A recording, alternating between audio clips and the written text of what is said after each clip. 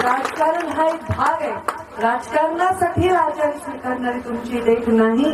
वनवास जरी होता तरी कधी मी लाचार झाले नाही. कोणाच्या दारात मी खंबीरपणे लढले, वनवास भोगला, पण माझ्या अंतिम ध्येय एकच होतं की तुमचा स्वाभिमानाला कुठेही स्पर्श झाला नाही पाहिजे. कारण आपण गरीब माणसं, डोंगर कपाऱ्यात राहणारी, ऊस तोडणारी, कष्ट करणारी माणसं, मिळून मिळून काय मिळणार आहे?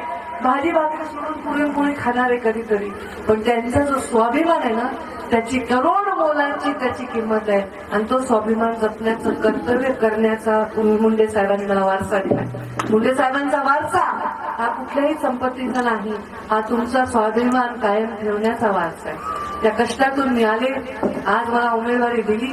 माझे लाडके लेकरू प्रीतमताईची उमेदवारी व्हायला पाहिजे होती, मला असं वाटत होतं, पण मला मोदीजी म्हणाले नाही, अब तुम दिल्ली आओ.